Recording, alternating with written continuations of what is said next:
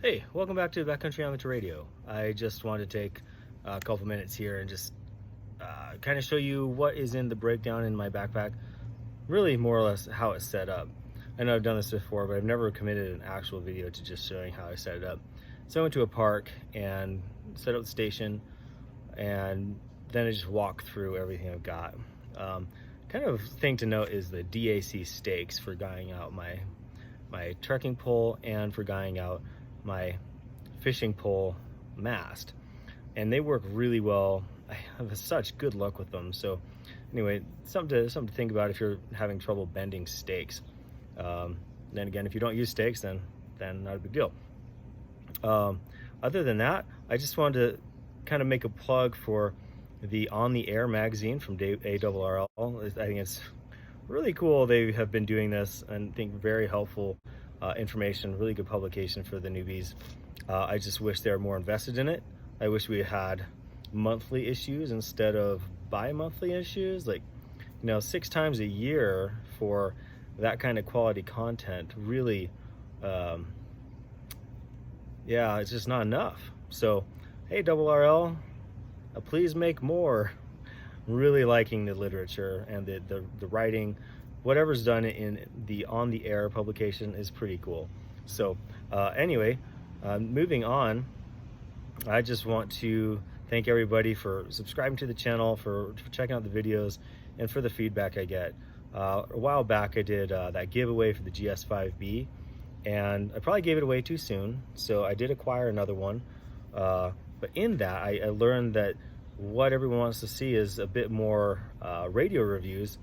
And while that's not specifically my goal, I do want to teach you how to use them. I want to teach you how to field program. So I'm always looking for new ways to learn and use these radios in the field and program them from the keypad, because I think that's probably the most significant way you can use your radio is in the field. So without a computer, without anything to program them, just the radio itself. That's kind of why the GS5B is a little bit of a favorite for me, because its scanning capabilities are pretty cool. So anyway, I will do more radio reviews. I probably need to do some of the other radios that I've got, including the GMRS V1 from Baofeng, which has been a pretty good radio for me. And so look for that. That's coming soon. I did have one comment recently asking about that in response to a video I posted about the GM30 from Radioddity. Yeah, so look for that. That will be pretty basic, but I do have some field testing with that and I've been pretty impressed. All right, well, stay tuned.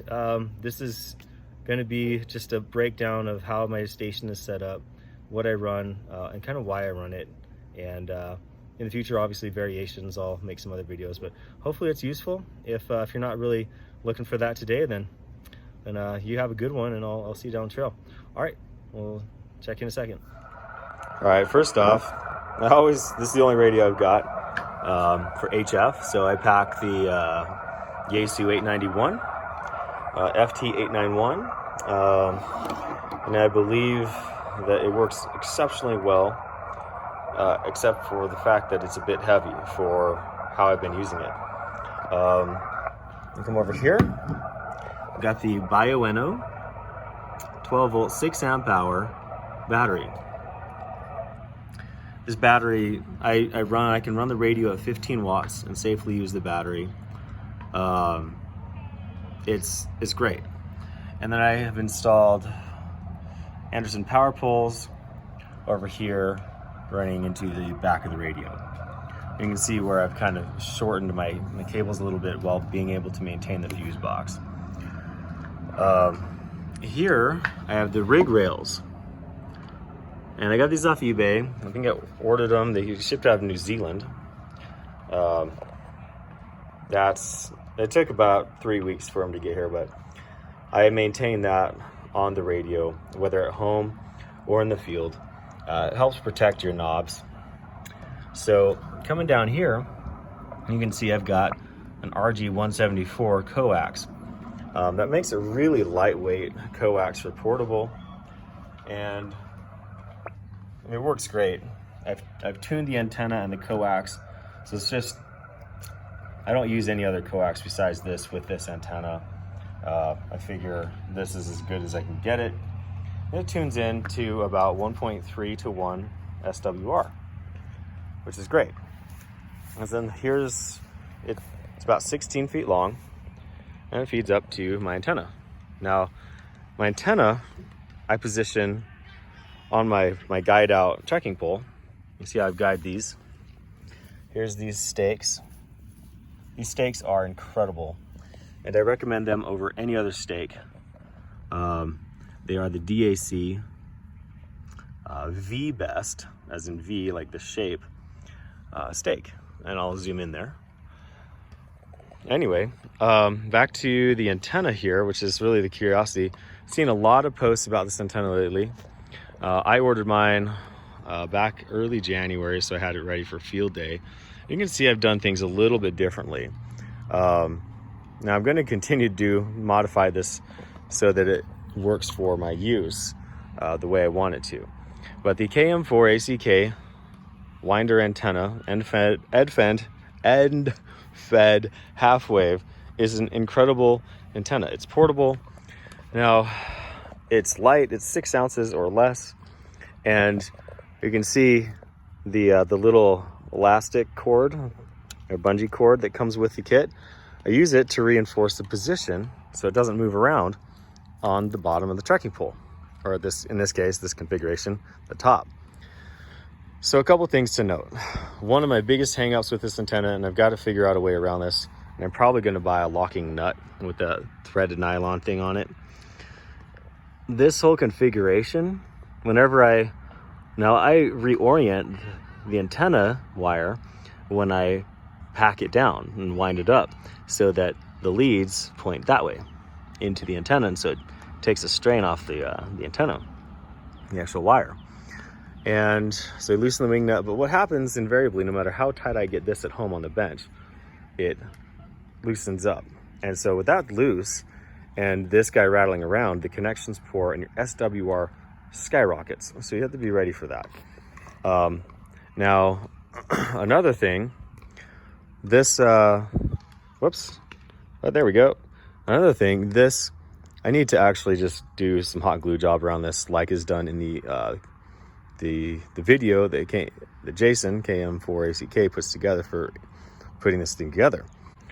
I want you to look at this. You can see that I've wrapped the toroid, or the ferrite core, according to spec. But what's really important is that I insulated this enamel wire from the ferrite core just using electrical tape. Electrical tape is not the most durable, but it does work well enough for this grade or this caliber, this gauge of enamel wire. Enamel scrapes off very easily, and if you expose the raw copper from your winding, from your wire, directly to the ferrite core, it's actually shorting out the core, so it's actually causing problems with your antenna. So you need to watch for that. That's why I am posting this about this antenna. I think that it's an incredible antenna though, and I just think that there's a couple more steps you should take when you're putting this together. And then I actually, for using the instance where you have the ability to use more power, I installed this to run a counterpoise or a ground, and the ground would feed down to the ground, and I'd run radials. Those are my notes on this antenna. I mean, there's been plenty of videos reviewing it, showing how well it works. I don't need to do that. I just wanted to show you what I was doing with this antenna in the field because it's relevant, because I take this to mountain tops. And actually, if you look up there and we move over past this tree, when I activated Clayton Peak, you guys remember that last week, maybe a week and a half ago? Center of the frame, that is Clayton Peak. So right there, that's Clayton Peak. You can see my antenna runs up in a slope. I'm running about 4.5 feet off the ground up to about 12 feet off the ground. And this is a cheap fishing pole from Amazon. It's like the Tenkara style, telescoping, no eyelets, just basic. And it works so well for this. Now I use the same stakes out here that I used at the trekking pole. And you can see this guy, this forward facing or antenna facing wire really doesn't do a lot. And that's actually just helpful in just setting up the antenna or the mast or the fishing pole. Really and truly, the work is being done by these two rear facing guys. You can see there's tension here and the position down here. The best bet in order to keep tension on your antenna wire, do a hitch down here and then pull it to a stake here. That would actually keep tension on your antenna wire. So anyway, if you guys want to see more of a video about how I set this up, just let me know. These are the DAC stakes. These are hardened aluminum. I have yet to bend one.